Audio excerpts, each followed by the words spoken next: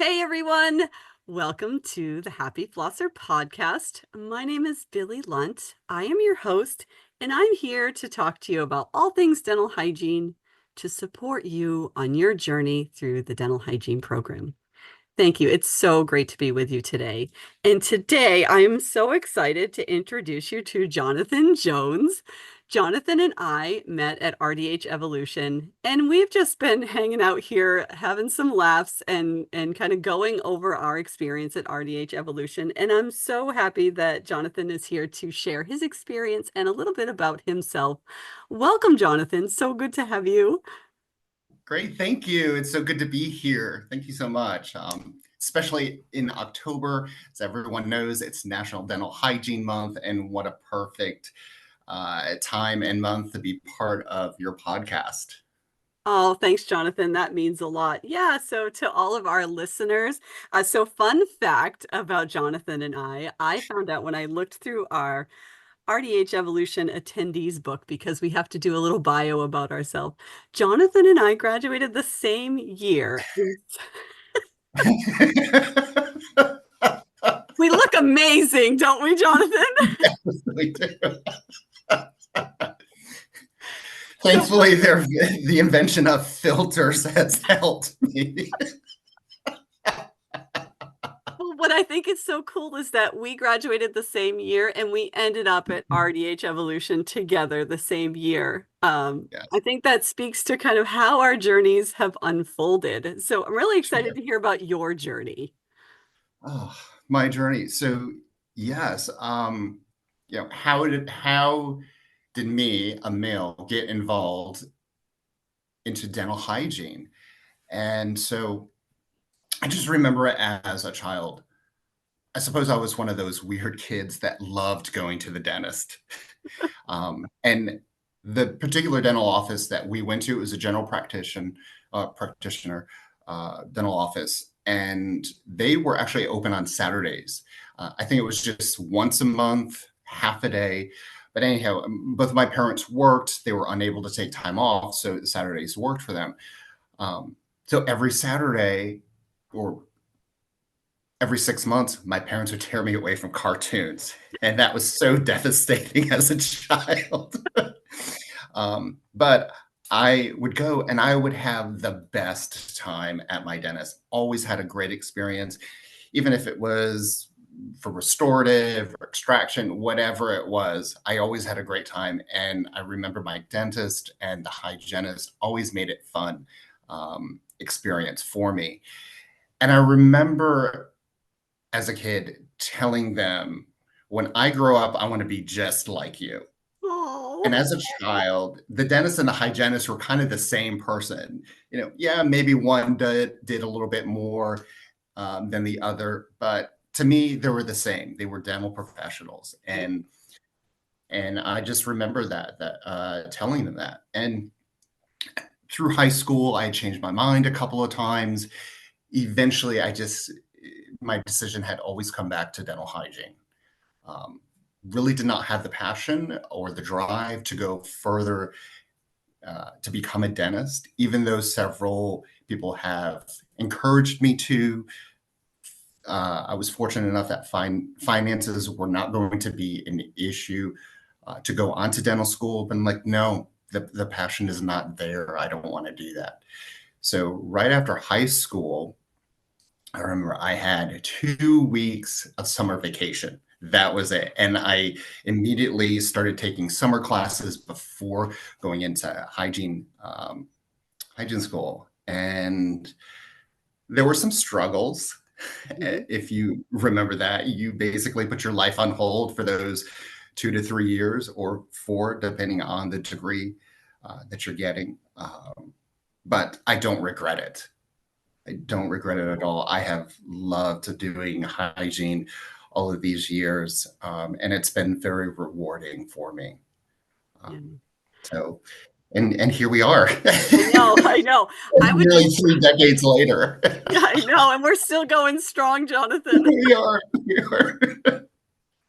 And by the way, to the younger listeners, tearing yourself away from cartoons in the 90s was a real thing. It was. You know, There every was no Cartoon Network. There were cartoons only came on Saturday mornings, and it ended, like, at 12 o'clock. yeah, you just had like a 5-hour window and that was it, and that's what That's every right. kid was doing. That's right. I just think it's funny because it's just not that way anymore, right? Everything's on demand when it's good for us and It is. the as a result, so I just wanted to magnify just how significant that was for you to go to the dentist on Saturday morning, so I appreciate that. Yeah. Um, you know what surprised me about hygiene school was I learned more about myself than I did about teeth in that journey. I don't know if that's how yours was. Oh. Um, I learned more about myself. Not everything. I mean, it's for me, I find that, I'm what, 48 now? Yeah, I'm still learning things about myself. Oh, yeah, yeah, So, but yeah, hygiene school, I really grew up. I grew up pretty quickly. yeah. Yeah. And I have to say, I didn't know what my why was back then. Do you know what your why is? Like what motivates you? That is such a great question, what your why is.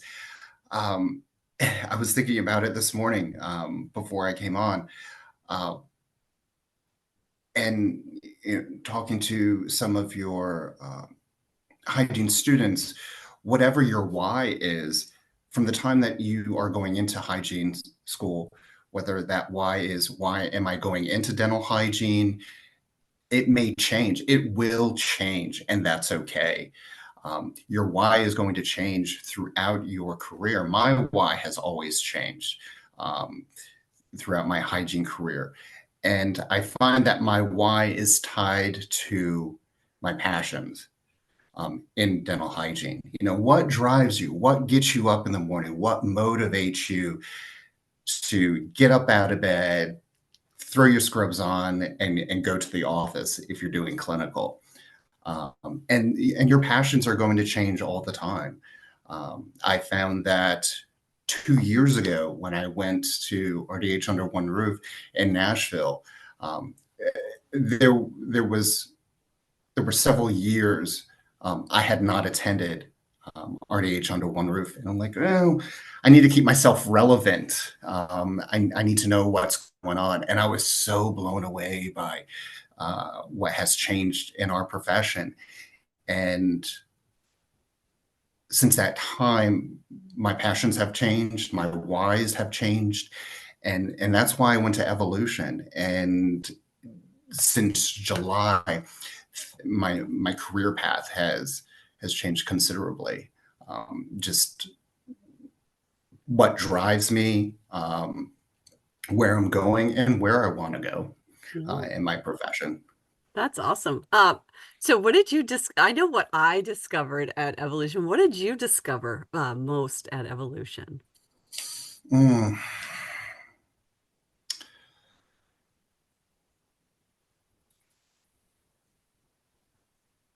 When I had attended Evolution, I found that regardless of where we were in our careers, even though that may be the differences between all of us, the commonality between all of us was that we were all the same. We were all looking for like more connections and what is the next step? Where are we going in our career? Whether it's teaching or working for a particular company, or are we wanting to learn to be a presenter, or where is it where Mm, we were going? yeah. And for me, I the reason why I had attended Evolution was that if I had the inability to do clinical tomorrow, what's going to be your plan B? Hmm. I'm not ready to quit. I can't retire yet. Um, so what are you going to do? And those were the questions that I was looking for when I went to Evolution. Um, and Evolution helped to answer those questions, bring up more opportunities and connections to bridge everything together. Yeah, that well said. Well said. I feel the same way. And maybe, graduating around the same at the same time, I was feeling the same way. I was like, I don't really know what my next step is to reach my fullest potential before, Mhm. because I don't want to retire yet. So it's Right, like, okay, right. what else am I going to do, and who am I going to do it with? And I loved the networking. I loved the community. I feel like our class was just amazing. It was on fire. there was there was a lot of camaraderie between all of us, and I think that was just so awesome. Yeah. Just feeding off of everyone's little wins and just the support that we had for each other. Um, and if we didn't know the answers to someone, as I had realized, I am sitting in a room of 40 other experts that Yeah. I can always turn to, that even if they may not even know the answer, they know where to get the answers for me or lead me into the direction that I need to go. Yeah, for sure. So I'm really interested. Yeah, that's well said. My goodness. So what I learned about you, a little fun fact about Jonathan, everyone, is that, and I love that you shared this with the group. We were forced to stand up and share our bio and a little bit about ourselves. And Jonathan shared that he loved cooking. Ah, everybody who can't cook loves it when they meet someone who's a good cook. If only we all lived closer together. Well, after you said that, I'm like, ooh, what can he cook really well? I love that you love to cook. And what's your why behind cooking? Because, every hygienist I met and have met, they all have like this one little secret thing that they do really well outside of clinical. Some people have multiple. So yours is cooking. So tell me about your cooking love. So cooking, I guess it all stems from my thinking back. I think it stems from my childhood. Um, I would, I remember getting this children's cookbook as a kid, and I had gone through that book front to back multiple times and had prepared many of the recipes. And I would do them to a T in the beginning, and then I would kind of, experiment and put my own spin on it. And that's probably where my love of cooking had come from.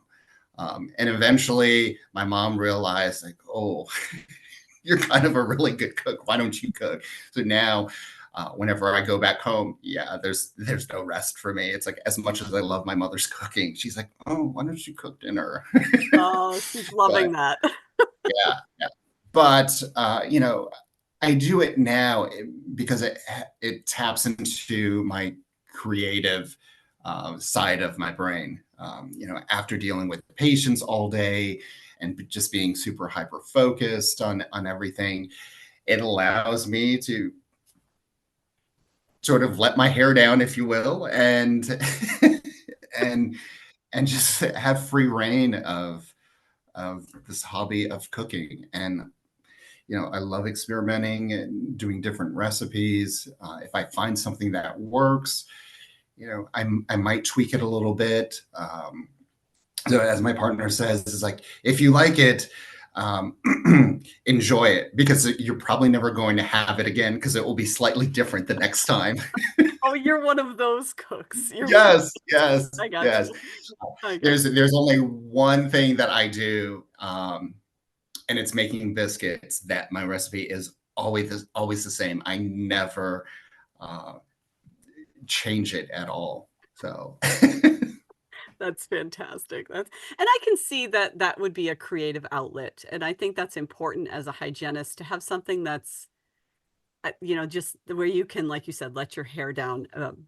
Because, we can talk about some of the challenges of being a dental hygienist for sure. mhm. Yeah. Hopefully it's a short list, right, Jonathan? Oh, challenges. What challenges do I have? Oh,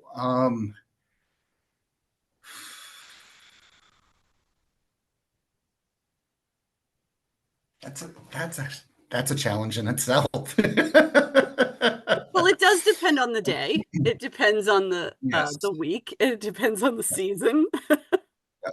And, I was yesterday. Yesterday was a mental challenge for me, because I had gone in. I had already looked at my schedule the day before, and there are certain patients that you see on the schedule, and you're like, "Oh my gosh, this is just going to be awful." And I had this, you know what I'm talking about. And I had this family of 5 that was coming in, which pretty much was my entire morning. And one of the family members, the other hygienist had seen last time. Um, this time I was seeing them because she is out on maternity leave, and she just had such a challenge with this individual.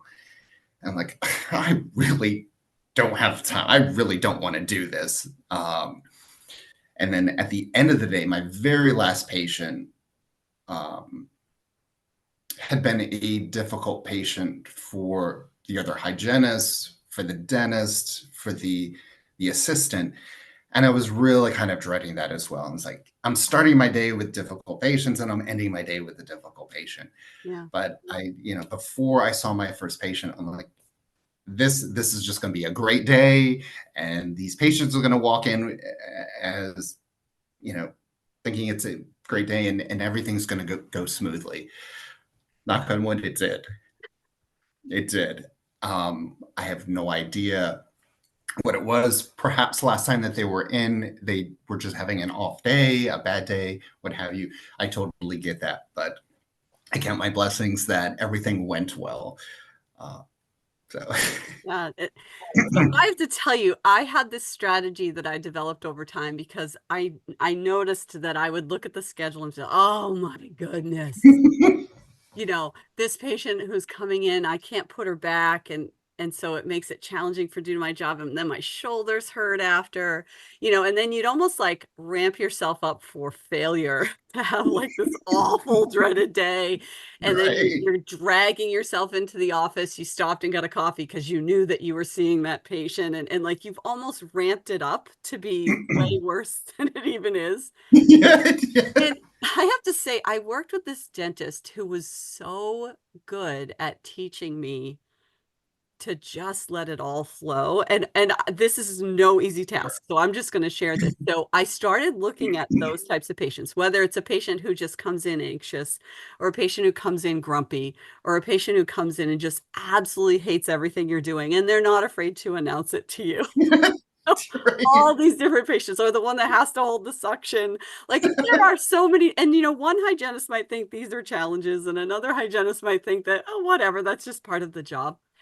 I started looking, I would like think about all those things that I had labeled myself as challenges, and I was like, well, I just have to look at this as sandpaper to smooth out all my rough edges as a clinician. Okay. Yes. And I have to Yes. say, I started looking forward to seeing these challenges. I know that sounds really twisted. And then I found a little bump in the road, Jonathan, and I'll never forget it. This woman came in and I saw her as a patient, and she went to the front desk and she said, "I don't ever want to be booked with that hygienist again. She's way too happy." And so the front desk told me, and I said, "There's nothing I can do here." I'm like, I don't really think that being happy is a rough edge. So at this point, I'm good. So you just have to take it as one of those professions where don't take yourself too seriously, don't take the patients too seriously, do your very best in every moment and let everything just happen. Right. Right. Right. I just was Um, like, wow. And this is a woman, she wore purple, she was very upbeat. I was like, what did I do? Oh my gosh. So there's a saying, just because you get one flat tire doesn't mean your solution is to slash the other three, right? So yeah, the challenges of being a dental hygienist, I would say mostly are really helping a patient get down the path to health in whatever personality comes in the door. You know? I bet you do that really well, Jonathan. So one thing that I have learned over the years is, especially if it's a patient I have not seen before, or maybe only one or two other times, when a patient arrives, I don't necessarily automatically get them, regardless if I'm running behind, which rarely happens, or if they've shown up early. Usually what I do is that when the patient is seated in the waiting room, I go up to the front desk and I look through the pass through the window, and I kind of take an initial assessment of the patient. How are they seated? You know, what is their overall impression or aura? Does it look like they're having a bad day? You know, what's going on here? So I know what I'm getting into when I receive that patient. And whenever there's a doubt, I always ask the front desk, hey, how is so and so? How is Mrs. Jones doing today? How is Mr. Smith? You know, what's going on? This is the vibe that I'm getting. Are you getting the same thing? And sometimes we're on the same track. Other times I've completely misread it. Then when I go to get the patient and I'm walking them back to my operatory, I'm also assessing them. You know, not only medically, you know, how are they walking? You know, do they have a bad foot? Are we dealing with some knee issues, hip issues? You know, how are they responding back to me? You know, Mm. are they chipper, or do they seem kind of down? And in those few seconds of getting the patient and bringing them back to the operatory, I'm thinking how the appointment is going to go. If they're pretty quiet and they're not very responsive, then usually I'm not very chatty. They're like, clearly their mind is somewhere else and they just want to get done what they need to have done and get out. Other times, you know, it's a completely different story. So yeah, it's a different stage play every time you get that patient. You got that right. See, a lot of people say it's repetitive, but it's really, you're starting anew with every person you walk out to get Yes. out of the reception Yes. area. And thank you for pointing out that that assessment begins the moment you lay your eyes on that patient, the very first moment, because you learn so much before they're even sitting in your chair, before they're even speaking to you, just by how they carry themselves. Mhm. Are they uptight? Are they relaxed? Like so Mhm. much information gathering there. Sure, sure. Yeah. And I found that when I'm doing that information gathering, it also helps me when I'm reviewing their medical history and what leading questions I will ask the patient. I have found many patients, you know, oh, you're walking kind of funny today. Is everything okay with your knee, or is everything okay with your hip? Yeah, it's been bothering me. And so I immediately think, how long has that been going on for? Are you looking at having a joint replacement done? And it just kind of cascades from there. And if that is something that the patient is considering or will be having, I usually will give them the heads up as far as, well, look, these are the questions you need to ask your orthopedic surgeon, because these may be concerns or considerations that we may need to take the next time that we see you. Yeah, that's such a great way to help them understand how their mouth is connected to the rest of their body, which they don't, it's not on their radar, you know? No, no, it's my hips, it's my knees. What does that have to do with my teeth? There's the surprising part of our profession, right? Is that Yes, that have to yes. do with anything. Oh my gosh. Mhm. And those leading questions are the key to the education of our patients and really bringing them up to speed on how it is all connected. So that's what our students are actually learning right now in school, is how to take an accurate medical history and do an assessment in a way that creates conversation where you're actually gathering the right information that you need. And boy, does that take a lot of time to develop that skill. It does. It very much does. And certainly listening to patients and picking up on those little cues. A lot of times I will find that when I've asked a patient, have there been any changes? Obviously, I'm going line by line and reviewing each area on the medical history with the patient. And sometimes they will pause. And and when they pause, I pretty much know what they're thinking. They're thinking, well, yes, there has been, but how does that affect my dental health? And we just go into that spiel and teach the patient, well, yes, it definitely can matter. As long as your head's attached to your shoulders and attached to the rest of the systems of your body, it can have a direct effect um, with your overall health. Yeah. I do think patients are slowly learning that from different avenues, but we are still very much tasked with being detectives for sure. Yeah. Like it's not an interrogation, but it is a inquisitive, inquiring minds want to know more about that, you know? Sure, sure. Yeah. Um, well, we can't talk about challenges without talking about surprises. So I think going into the profession of dental hygiene, you have kind of like your own thought of how it's going to be because you have your perspective as a patient, right? And going to the dentist when you're a kid, ripping yourself away from the TV on Saturday. So what's surprised you on your journey as a hygienist? How much of a listener that I need to be. Mm, Um, again, medical history wise, what's going on. But aside from that, sometimes we are the only human connection a patient will have. A recent widow or widower, they've lost their companion and their children are living somewhere else. Or you have an elderly patient that is in assisted care where they may not be getting the best care, whether it's oral care or overall care. And so when they come to see me, we now have this one-on-one interaction. And sometimes we just need to sit and just talk, just bring back that human connection with our patients. And sometimes that's all they need to feel better um, overall and about themselves. yeah.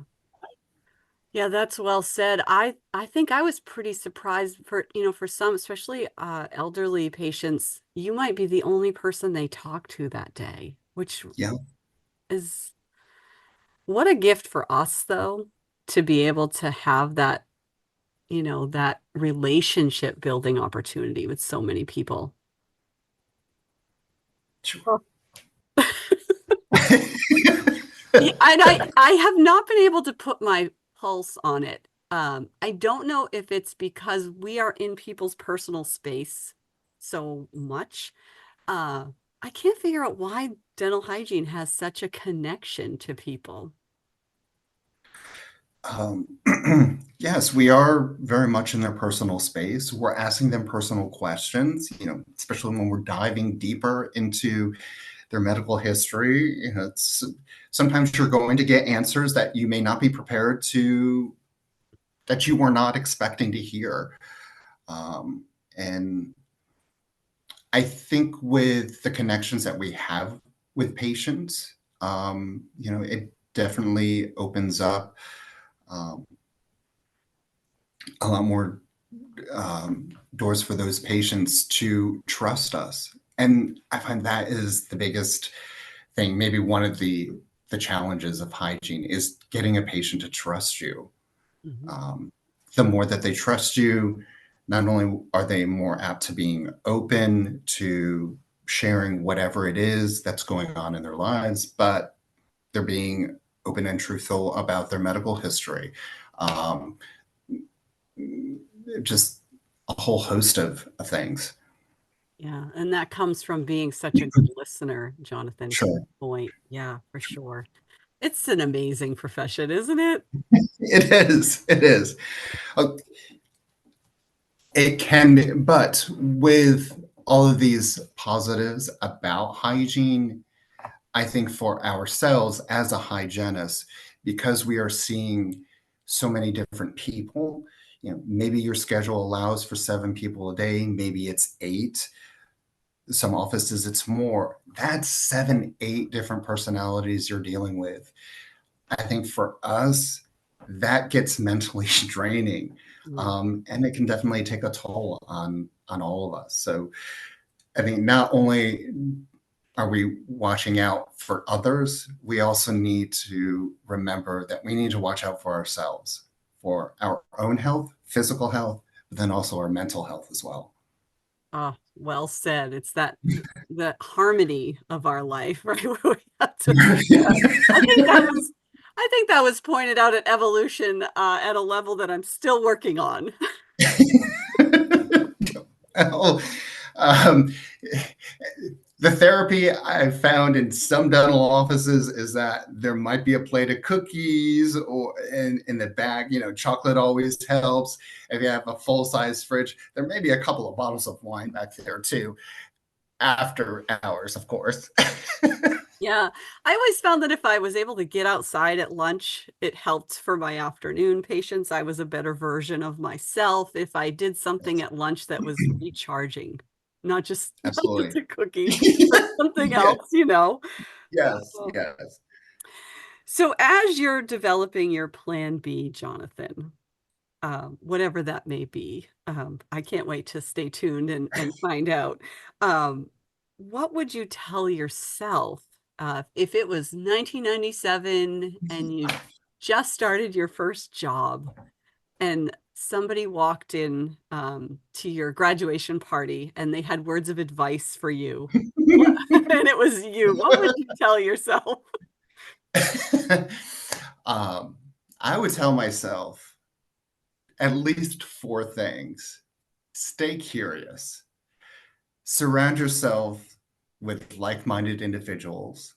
Never stop learning and follow your passions. And Mm, always reassess your passions. Continue to find what drives you. I think with those 4 things, you know, that that keeps us going. It keeps us from being stagnant, and it helps us overall grow, not only as an individual, but then in our profession as well. And overall helps to drive our profession. that is well said. I absolutely love that. Boy, whoever came to your graduation party was really smart.